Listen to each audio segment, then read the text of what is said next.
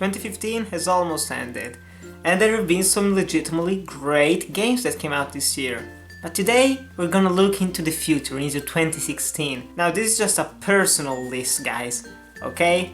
It's just what I really am looking forward to. Some really important games are missing from this list, but they're mainly games that I don't really care about. And I made a top 20 just to put in pretty much everything that I'm looking forward to. So here you go, here are my top 20 most anticipated games of 2016.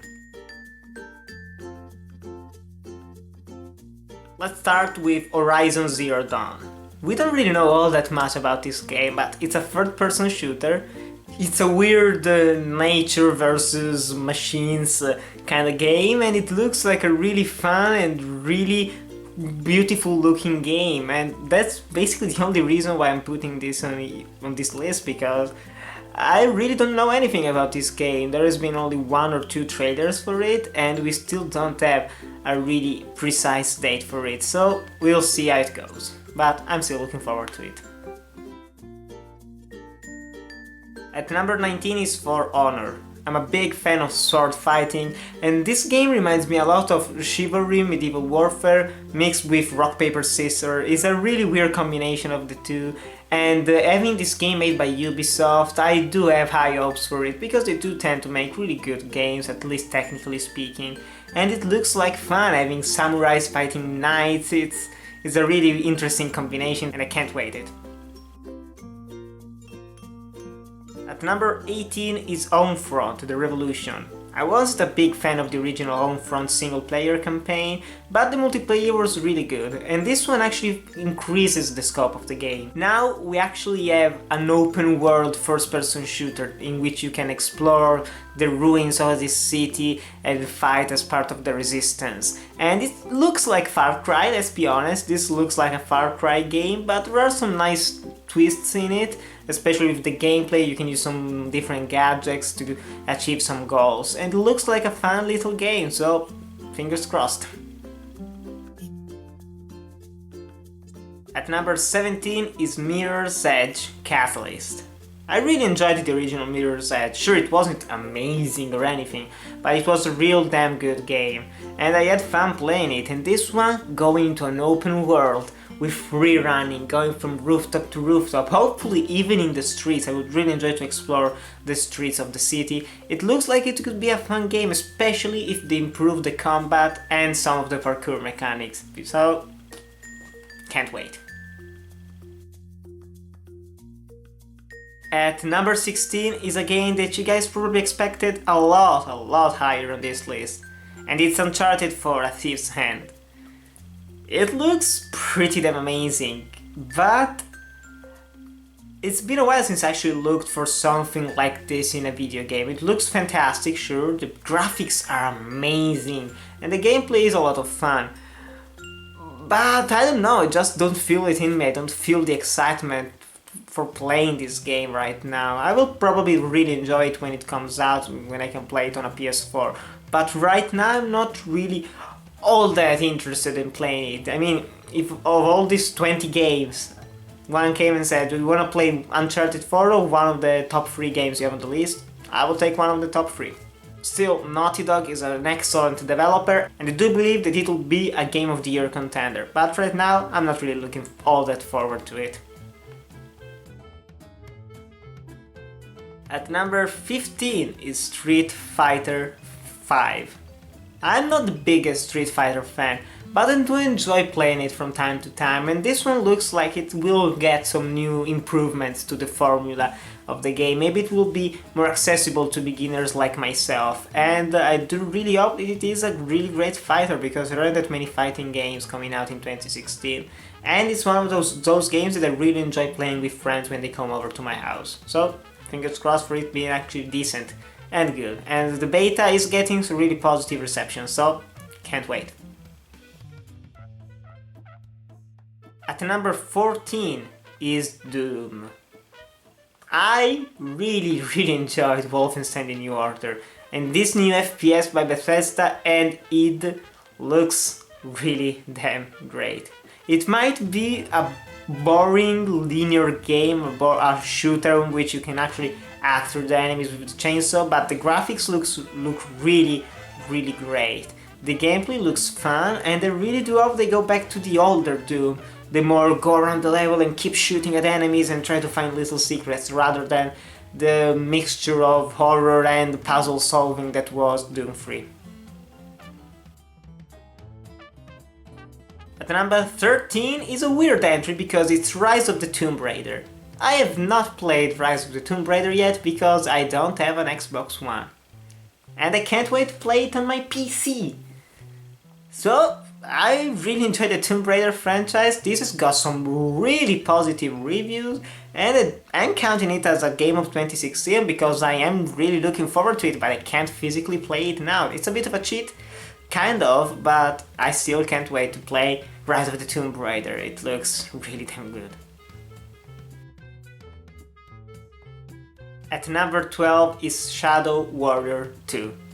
The 2013 remake of Shadow Warrior was easily one of my favorite action games of the year, and this one looks like it will be a lot of fun. It introduces multiplayer co-op, there are more guns, there is more violence, there is more gore, and there is more fun and jokes, and I really can't wait for it. Even though I am a little bit skeptical because I really hope it's not multiplayer focused, because it might be, and it might be really good, but I do enjoy playing some games alone from time to time, and if you can just put co-op and single player together, I don't know, maybe with AI and find I don't know, multiple storylines, that would be really interesting to play, but still I can't wait to play Shadow Warrior 2, especially for the jokes and the frenetic action. At number 11 is Outlast 2. Outlast is one of my favorite horror games, probably of all time, probably in the top 20, it's not one of the best ones, but it's a really damn good one, and I enjoyed playing the original one. And Outlast 2 looks like a really interesting sequel, don't get me wrong. The first one had some problems, but I do really think that this one will give us some answers, or on some of the questions that were unanswered in the original. And it's set in a different place, in a different time, but in the same universe. So that will be a lot of fun, and I do really hope you don't get that many jump scares again, but to actually get more tension-filled sections rather than just jump scares, chased by someone, jump scare, chased by another person. Let's focus some more on the tension, shall we, please? But still, looks pretty damn good. And now we're entering the top 10, and we're starting with No Man's Sky. This is a game that not that many people are actually looking forward to, but there are some people that are losing their shit over every single footage of gameplay. And honestly, we still don't know exactly how the gameplay will be, but it does have a mixture of space combat and exploration on planets. And I do hope that it's one of those relaxing games. There aren't that many relaxing games to get into, except, I don't know, maybe Truck Simulator 2.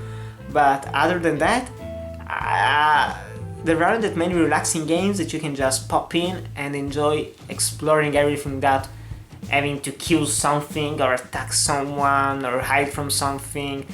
This game might actually be a really nice space and exploration software. And the developers are saying that it's basically possible to explore every single planet there is in the galaxy. So that might be real fun, and this might be one of those games that will keep playing through the year, and I can't wait to play it. I'm really, really looking forward to it. At number 9 is Deus Ex Mankind Divided. I wasn't a big fan of the first two Deus Ex games, but Human Revolution was pretty damn good, and I had a ton of fun playing it, both in a more attacky manner and in a more stealthy manner, and it's a very, very good game, and the gameplay so far for Mankind Divided looks really damn good. I do like the third-person cover system, I do like the dialogue choices, I do like the stealth, and I do like the variety of weapons and gadgets that you get this time around, so I really can't wait for this game to come out. Even though the pre-order bonuses were bullshit now, they got rid of it, so I might pre-order it, I don't know honestly, because I'm a bit skeptical these days, but it does look pretty damn great. At number 8 is a game that got delayed multiple times, and it's Tom Clancy's The Division. And hopefully 2016 will be the year when this game comes out. And everyone is complaining about the graphics not being on par with the original gameplay footage, but I don't really care about that.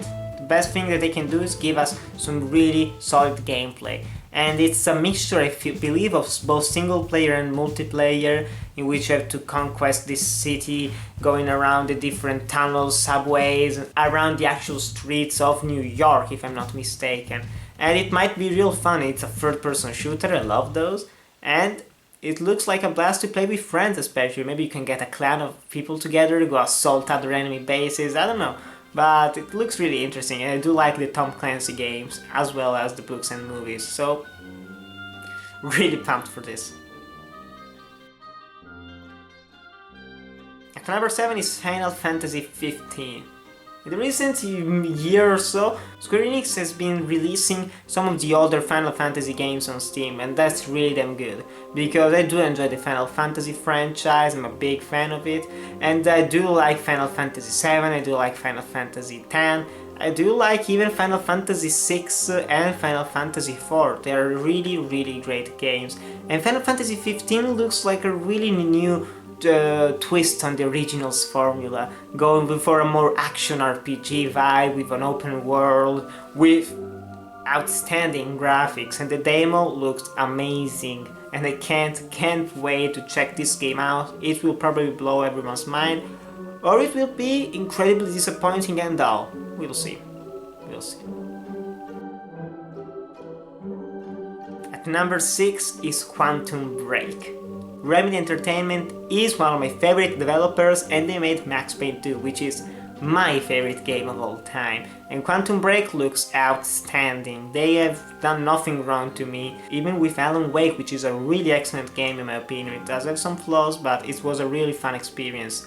And Quantum Break, even though it's not coming out on Windows yet, maybe we will get it sooner or later, but it looks really promising, not only with its gorgeous graphics, but with the blend of third-person shooting and time-bending mechanics.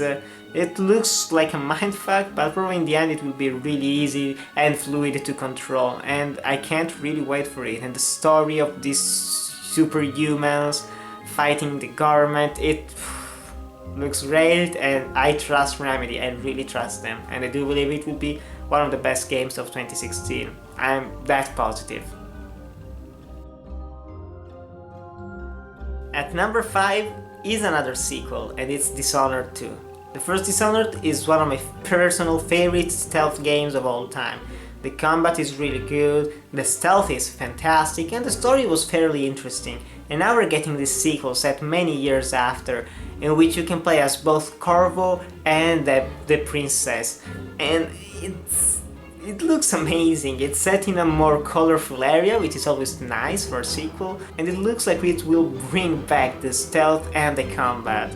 And we haven't seen that much gameplay footage yet, but I'm really positive, based simply on the original game, and I really am excited for Dishonored 2. At number 4 is XCOM 2. XCOM Enemy Unknown is a phenomenal strategy game. A game with permadeath, a game with really deep gameplay mechanics, but also really accessible gameplay. And XCOM 2 is set in the future, there are aliens among us, and we're playing as the XCOM team, and we have to defend Earth again and take it back from the aliens. And that's fantastic. I really am excited for this game, and I can't wait to check it out. And I do trust the developers, and I really hope they improve some of the mechanics of the original, bring back some of the good parts of it, and give us some more customization of our soldiers, because other than that, it will probably be one of the best games of the year, and probably one of the best strategy games of all time if they do things right. Now the final 3 games. These are all interchangeable, and some of these are controversial, don't get me wrong, but those are the games that I'm looking forward the most, so here we go. At number 3 is Mafia 3. Mafia 2 is one of my favorite games of all time, and it has one of my personal favorite stories in a video game of all time. And Mafia 3 is set in New Orleans in the 60s, if I'm not mistaken, and the game looks very different. Just like the original Mafia game looked different from Mafia 2, this one looks different from Mafia 2. It looks more like an arcadey type game. It's more colorful, but it's also more vibrant. There is some new music, the combat mechanics look improved, there are multiple activities that you can do in the world, you can drive around the cars and interrogate some people, you can shoot them, you can blow things up, there are grenade launchers. It looks like a really entertaining game, because that's what I mostly look forward to in a game, to be entertained while playing it. And it has all the elements to become a really fun open world game, and that's why I'm putting it here, and I really hope that the story is really powerful, maybe even more powerful than the one in Mafia 2, or at least be as fun as the adventures of Vito. At number 2 is another game that has been delayed multiple times, and it's The Witness. This game does look a lot like Myst. And maybe it doesn't look like it, but I do enjoy a really good puzzle game. One that requires a lot of focus, but it doesn't get frustrating while playing it. And Myst was one of those games to me. I did enjoy playing it, trying to figure things out, but it never got too frustrating. It got complicated, but never one of those real hard games. And The Witness looks just like it, with improved gameplay, improved mechanics, and really interesting puzzles. And I really don't know what to expect from this game, other than being probably one of the best puzzle games of all time. And finally, at number 1, probably an obvious choice, South Park: The Fractured But Whole.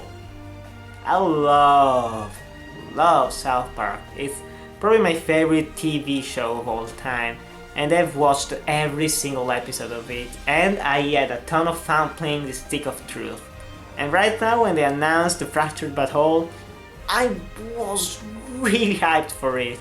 But right now there aren't that many news about it, which are scaring me a little bit, especially since Obsidian isn't developing it, so that's not great as well. But fingers crossed for it to actually be a really fun game, because that's all I want from a South Park game, to be full of references to the show, to have a really fun story, to have some maybe even improved combat mechanics, because the gameplay was fun and the combat was really good, and maybe they can still improve it.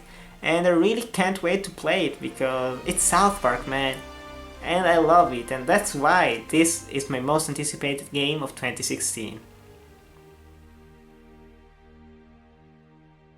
So guys, these were my top 20 most anticipated games of 2016. Tell me in the comments below your order, maybe if you want different games on this list. There are games like Hitman that I'm not really looking forward all that much, honestly, but it might be actually a really good game. But still guys, tell me which games you're most looking forward to in 2016. Thanks for watching, remember to like, comment, subscribe, and I'll see you in the next video.